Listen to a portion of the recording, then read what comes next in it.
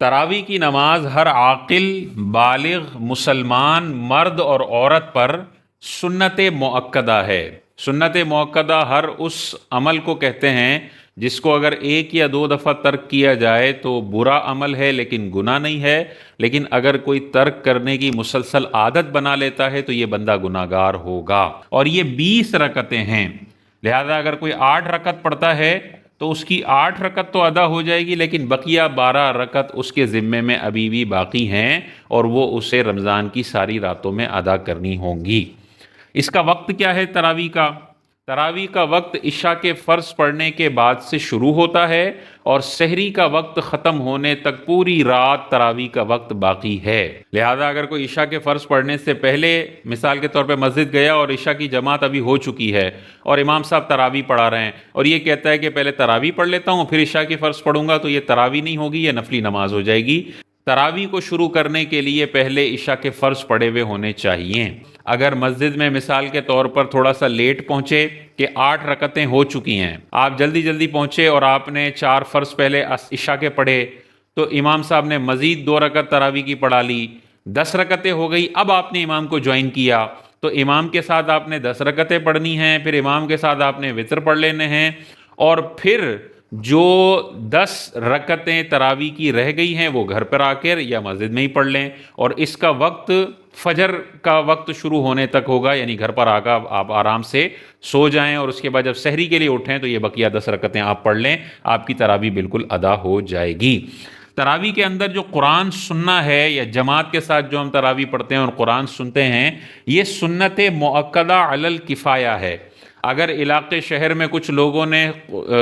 قرآن سن لیا تو سب کی طرف سے ادا ہو جائے گا۔ افضل یہی ہے کہ مسجد میں جا کر ہی تراویح کی نماز پڑھی جائے، لیکن اگر کوئی مسجد میں جا کر نہیں پڑھتا تو وہ گھر میں بھی پڑھ سکتا ہے۔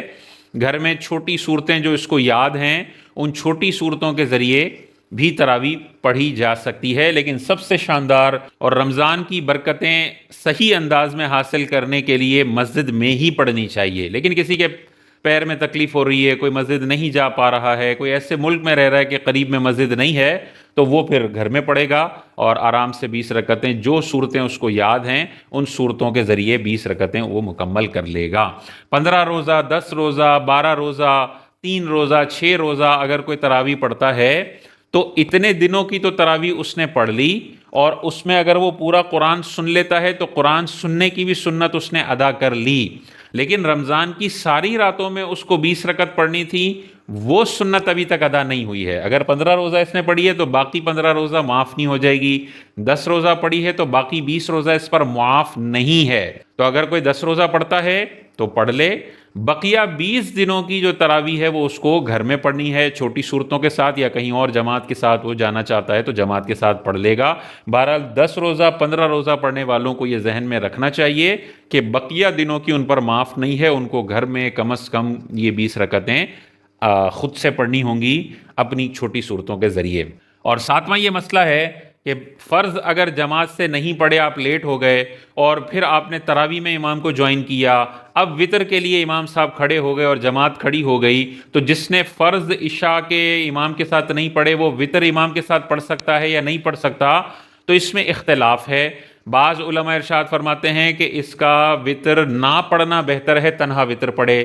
اور بعض علماء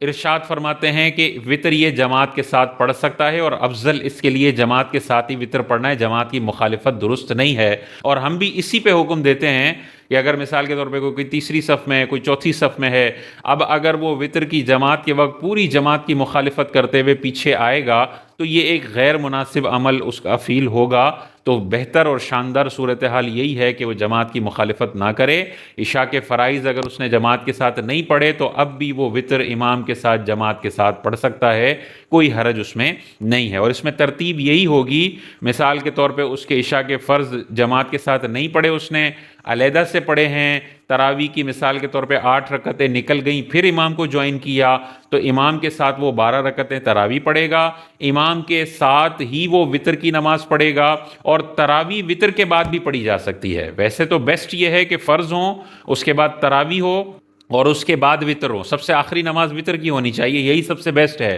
لیکن اگر وہ وطر جماعت کے ساتھ پڑھ لیتا ہے تو اب بھی اپنی تراویح کی بقیہ رکعتیں گھر جا کر آرام سے سحری کا وقت ختم ہونے سے پہلے پہلے پڑھ سکتا ہے۔ تو یہ سارے مسائل ذہن میں رکھیں گے تو انشاءاللہ بڑی آسانی ہوگی۔ نابالغ پر تراویح نہیں ہے، پاگل مجنون پر نہیں ہے، لیکن مسلمان مرد اور عورت دونوں پر ہے۔ عورت گھر میں تراویح پڑھے گی اور مرد مسجد میں پڑھے گا۔ مسجد میں اگر نہیں پڑھ پا رہا ہے، اس کے لیے مشکل ہے، تو وہ بھی گھر میں پڑھے گا، جو صورتیں اس کو یاد ہیں ان سے۔